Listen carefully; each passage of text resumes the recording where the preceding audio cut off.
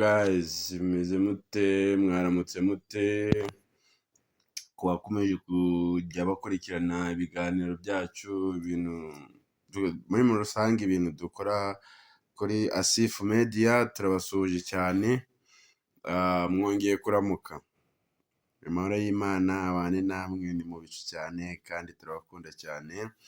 Ahangaha rero tubafitiye iki? Mwibaze ngo tubafitiye iki?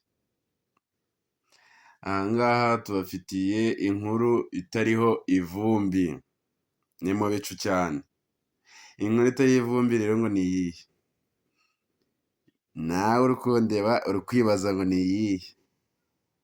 Inkuru mbafitiye ni iya Urban Boys. Ibyishimo bari baratwimye, gutandukana kwabo bigatuma tubibagirwa, ubu ngubu bagarutse kandi izera neza abanyarwanda muri rusange, buri muntu wese ubasha kudukurikirana, ndizera neza ko abakunda kandi abishimira. Ndakeka mugiye kongera gusubizwa ibyishimo byanyu nk'ibyo mwari mufite mu bihe bya kera.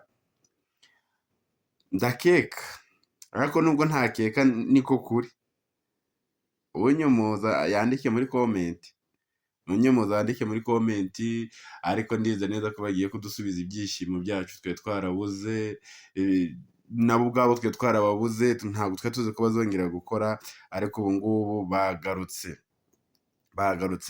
bagiye bagira badukubita umuziki, ubundi natwe tuveho twemere, kandi abizi ko tubakunda kandi turabashyigikiye 100%.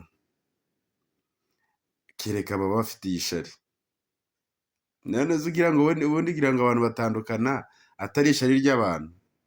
Ishari ry'abantu guca hirya ukabateranya, ariko ndizera neza ko wenda icyabateranyaga wenda bashobora kuba barakibonye, cyangwa se bakaba bafite umuntu wenda wabateranyije, ariko aka kanya bakaba bagarutse, bakagarukana n'impinduka.